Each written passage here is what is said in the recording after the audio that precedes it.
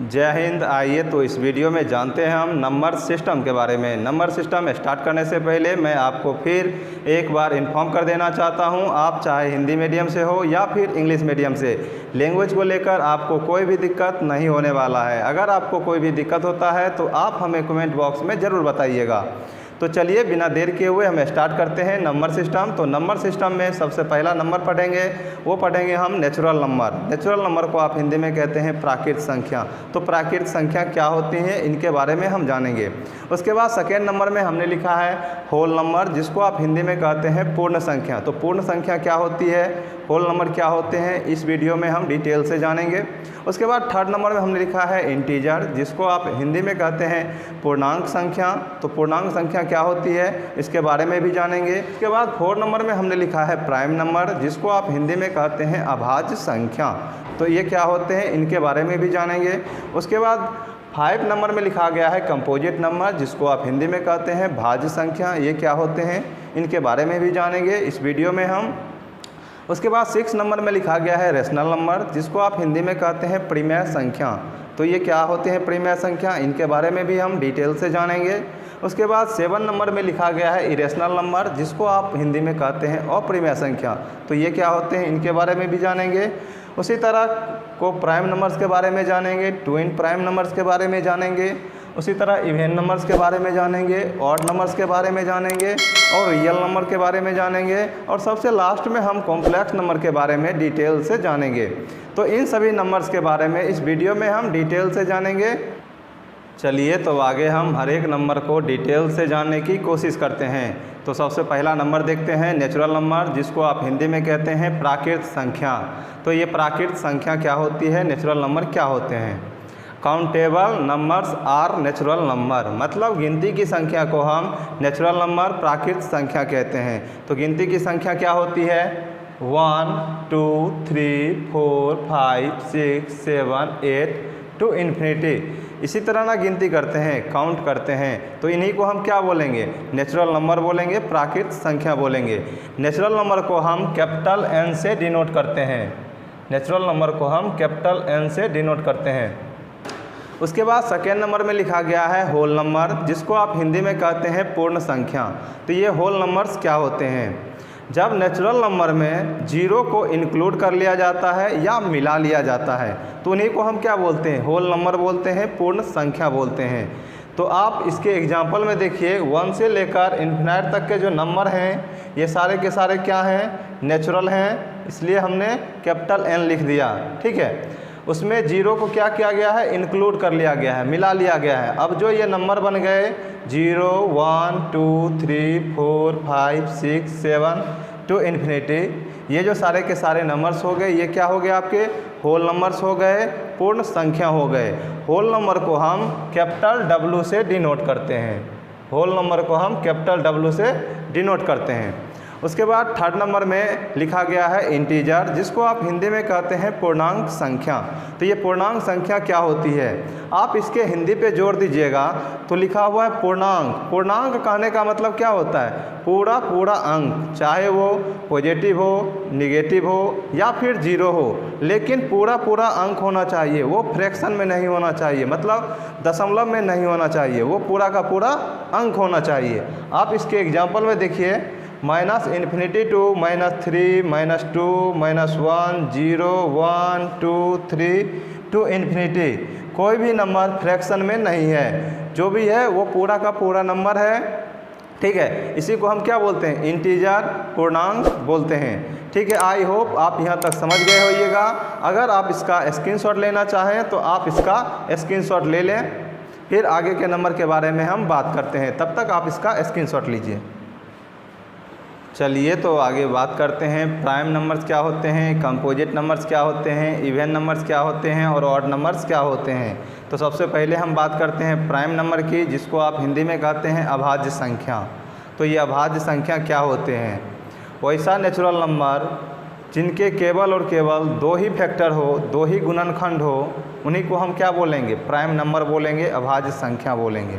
क्या बोले, जिनके केवल 2 ही फैक्टर हो, 2 ही गुणनखंड हो, तो उन्हीं को हम क्या बोलेंगे, प्राइम नंबर बोलेंगे, अभाज्य संख्या बोलेंगे। तो वो कौन से नंबर हैं जिनके 2 ही फैक्टर हैं, तो सबसे पहला नंबर आता है 2। 2 के दो ही फैक्टर हैं, या तो ये 1 से डिवाइड होंगे या 2 से डिवाइड होंगे। फैक्टर कहने का मतलब क्या, वो सारे नंबर्स जिनसे वो नंबर्स डिवाइड होता हो, पूर्णतः डिवाइड होता हो, ठीक है। तो 2 के दो ही फैक्टर हैं, या तो ये 1 से पूरा कटेंगे या 2 से कटेंगे। उसी तरह अगला नंबर है 3, ठीक है, जो कि या तो ये 1 से कटेगा या खुद से कटेगा, मतलब 3 से कटेगा। उसी तरह अगला नंबर आता है 4, ठीक है। 4 के या तो ये 1 से कटेगा, 2 से कटेगा या 4 से कटेगा। तो इसके कितने फैक्टर हो गए, 3 हो गए, 1, 2 और 4, इनके 3 फैक्टर हो गए। इसलिए ये क्या है, प्राइम नंबर नहीं है। प्राइम नंबर में हमने क्या बोला, केवल और केवल 2 ही फैक्टर होना चाहिए। 2 से ज़्यादा फैक्टर होंगे तो वो प्राइम नंबर नहीं बल्कि कंपोजिट नंबर होंगे, ठीक है।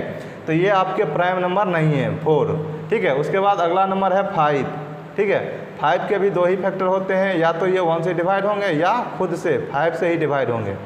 उसी तरह इसके बाद आते हैं 6 को देख लेते हैं। 6 1 से भी डिवाइड होता है, 2 से भी होता है, 3 से भी होता है और 4 से भी होता है।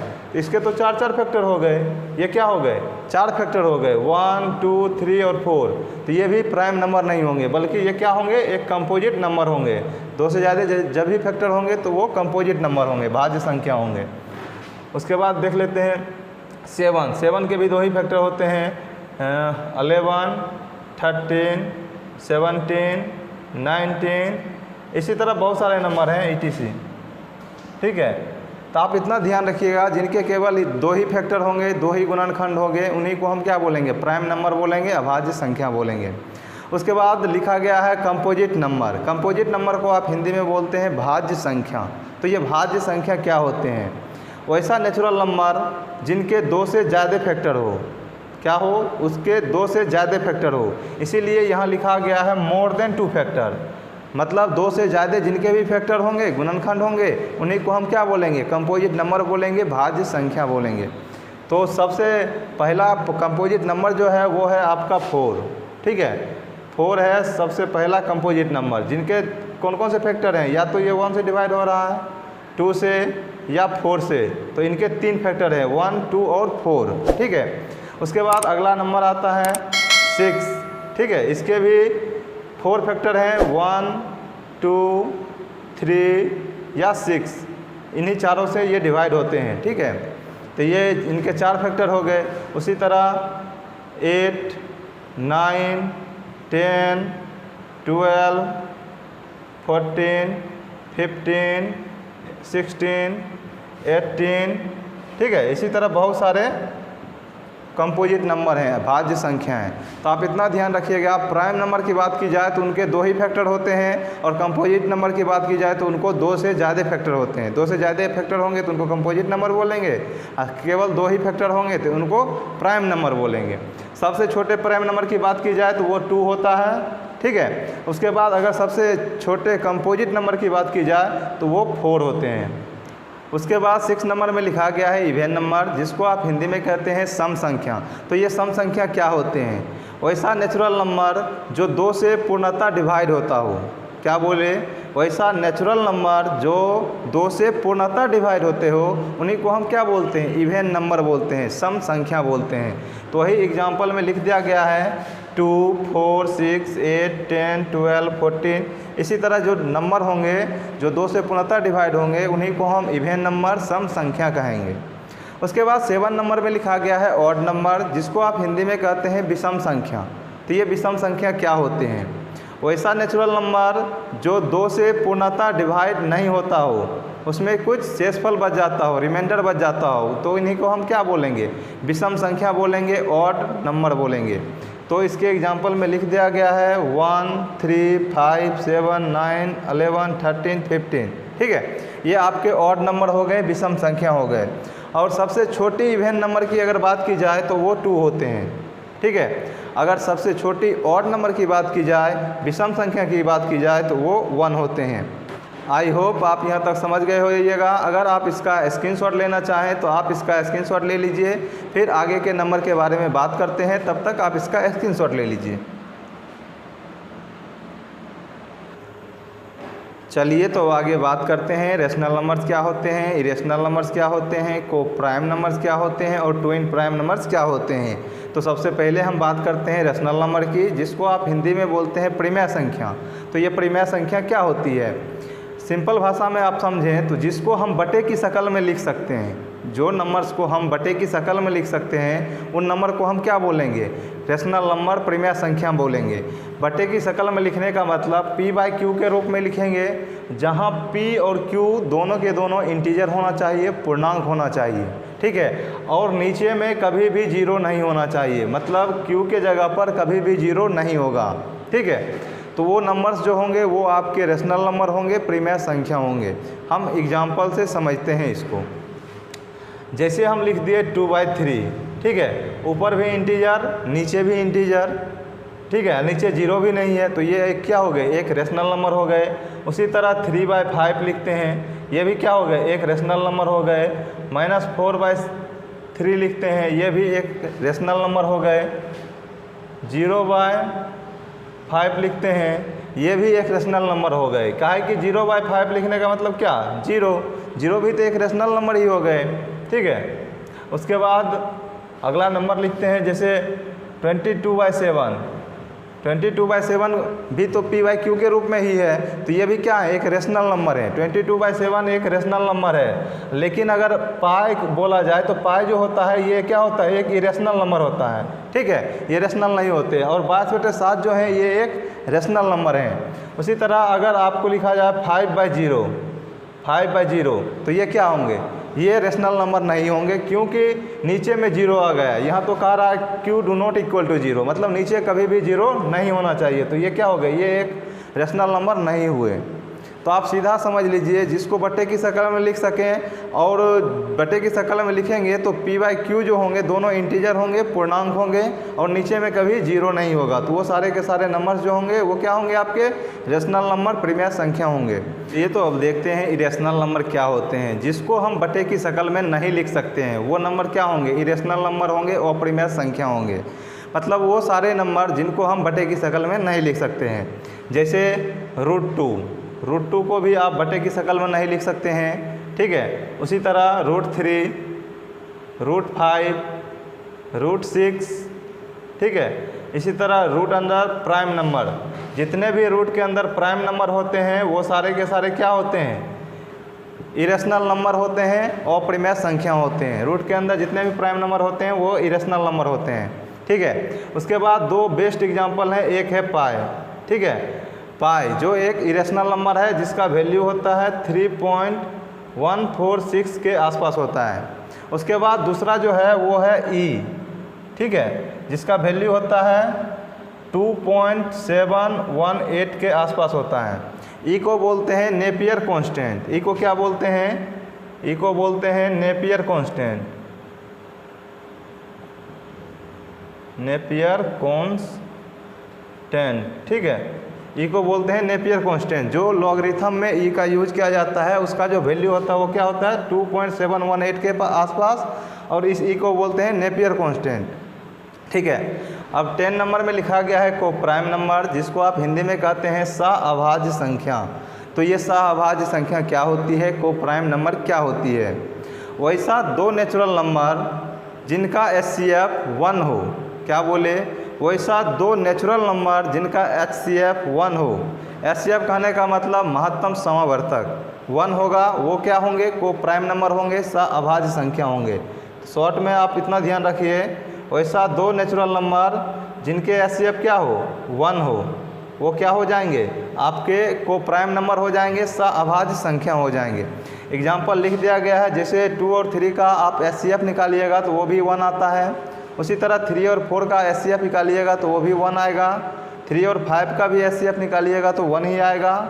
4 और 7 का HCF निकालिएगा तो 1 ही आएगा। इसी तरह ये सारे एग्जाम्पल जो हैं ये को प्राइम नंबर के एग्जाम्पल हैं, सहअभाज्य संख्या के एग्जाम्पल हैं। उसके बाद 11 नंबर में लिखा गया है ट्विन प्राइम नंबर। क्या लिखा गया है? ट्विन प्राइम नंबर, जिसको आप हिंदी में बोलते हैं जुड़वा अभाज्य संख्या। तो ये जुड़वा अभाज्य संख्या क्या होती है? वैसा दो प्राइम नंबर, क्या बोले? वैसा दो प्राइम नंबर जिनके बीच का डिफरेंस 2 हो, क्या हो, उसके बीच का डिफरेंस 2 हो, बीच का अंतर 2 हो, उन्हीं को हम क्या बोलते हैं, ट्विन प्राइम नंबर, जुड़वा अभाज्य संख्या बोलते हैं।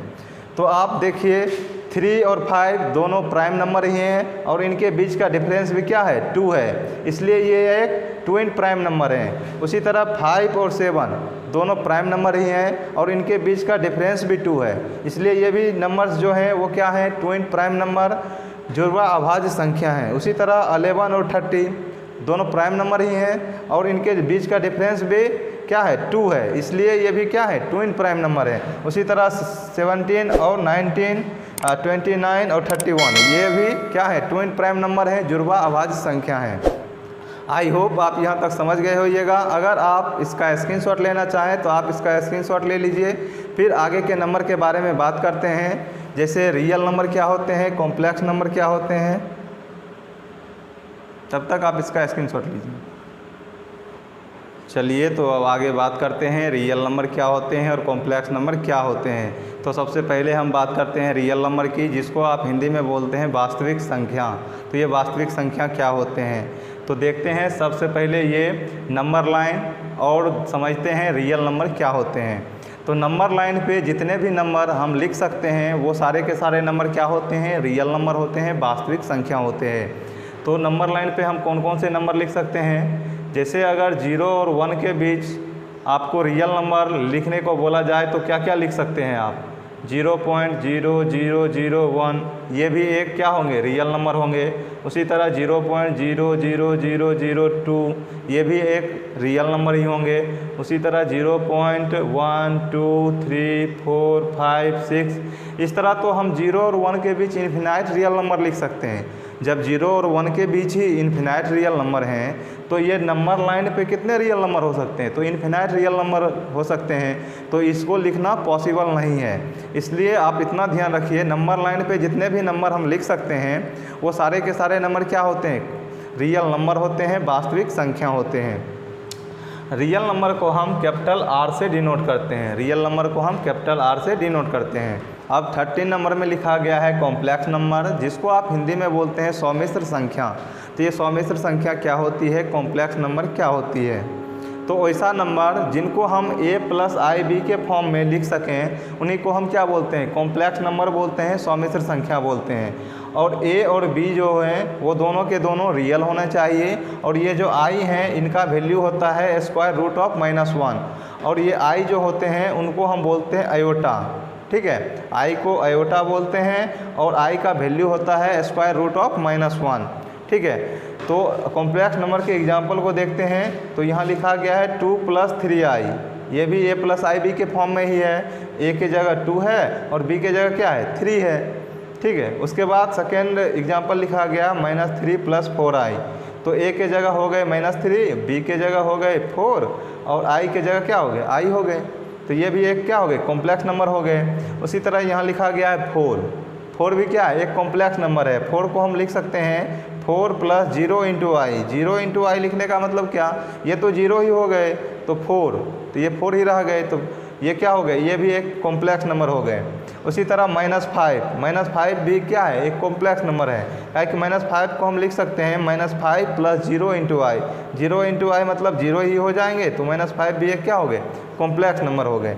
उसी तरह लिखा गया है i को हम क्या लिख सकते हैं, 0 + 1 × i, 1 × i का मतलब ये i हो जाएगा, ये 0 का 0 हो जाएगा, तो i = i हो जाएगा।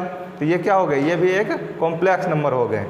तो आप इतना ध्यान रखिएगा, जितने भी नंबर हैं वर्ल्ड में, जितने भी नंबर हैं वो सारे के सारे नंबर क्या हैं, कॉम्प्लेक्स नंबर ही हैं। चाहे आप रियल नंबर की बात करें या इमेजिनरी नंबर की बात करें, सारे के सारे नंबर जो हैं वो क्या हैं, एक कॉम्प्लेक्स नंबर ही हैं, सौमिश्र संख्या ही हैं। आई होप आप यहाँ तक समझ गए होइएगा। अगर आप इसका स्क्रीनशॉट लेना चाहें तो आप इसका स्क्रीनशॉट ले लीजिए। स्क्रीनशॉट लेने से पहले मैं आपको एक बात बता दूं, अभी तक आपने अगर इस चैनल को सब्सक्राइब नहीं किया है तो सब्सक्राइब कर लें और इस वीडियो को अपने दोस्तों के साथ शेयर कर दें, ठीक है। अगर आपने लाइक नहीं किया है तो लाइक भी कर लें।